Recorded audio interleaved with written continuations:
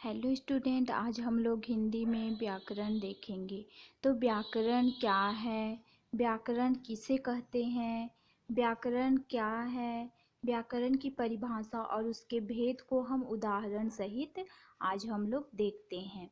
तो सबसे पहले हम लोग देखते हैं कि व्याकरण क्या है। तो व्याकरण वह विद्या है जिसके द्वारा हमें किसी भाषा का शुद्ध बोलना, लिखना एवं समझना आता है। तो भाषा की संरचना के वे नियम सीमित होते हैं और भाषा की अभिव्यक्तियाँ असीमित होती हैं। एक एक नियम असंख्य अभिव्यक्तियों को निर्धारित करता है। भाषा के इन नियमों को एक साथ जिस शास्त्र के अंतर्गत अध्ययन किया जाता है उस शास्त्र को व्याकरण कहते हैं। तो जिस शास्त्र के अंतर्गत अध्ययन किया जाता है उसे हम सरल शब्दों में कह सकते हैं कि भाषा का शुद्ध बोलना, लिखना एवं समझना ही व्याकरण है। व्याकरण की उदाहरण हम लेते हैं। एक गाय दूध देता है। तो यहाँ हम देखते हैं कि यह अशुद्ध शब्द है। गाय दूध देता है तो इसका शुद्ध रूप हो जाएगा कि गाय दूध देती है, क्योंकि गाय एक स्त्रीलिंग है। तो इस प्रकार से शुद्ध और अशुद्ध शब्द बोलना, लिखना ही व्याकरण है। तो आगे हम लोग देखते हैं व्याकरण के अंग। व्याकरण हमें भाषा के बारे में जो ज्ञान कराता है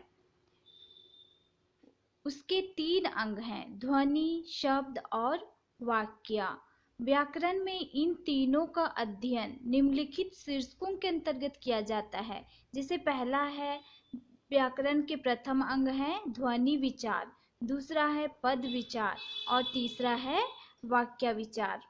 इस तरह से व्याकरण के 3 अंग हैं: ध्वनि विचार, पद विचार और वाक्य विचार। आगे हम देखते हैं व्याकरण के प्रकार। तो व्याकरण के 3 प्रकार होते हैं: हिंदी भाषा के लिए हिंदी व्याकरण, अंग्रेजी भाषा के लिए अंग्रेजी व्याकरण और संस्कृत भाषा के लिए संस्कृत व्याकरण। तो व्याकरण हम लोग 3 प्रकार से पढ़ते हैं: हिंदी भाषा में पढ़ते हैं, अंग्रेजी भाषा में पढ़ते हैं और संस्कृत भाषा में पढ़ते हैं। तो इस तरह से हम लोग व्याकरण को 3 प्रकार से पढ़ते हैं।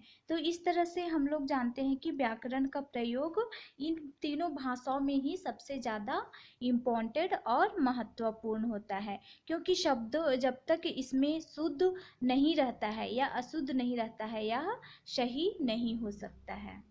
इस तरह से हम लोग आज व्याकरण के बारे में जानते हैं। तो आप सभी को व्याकरण समझ में आ गया होगा। Thank you.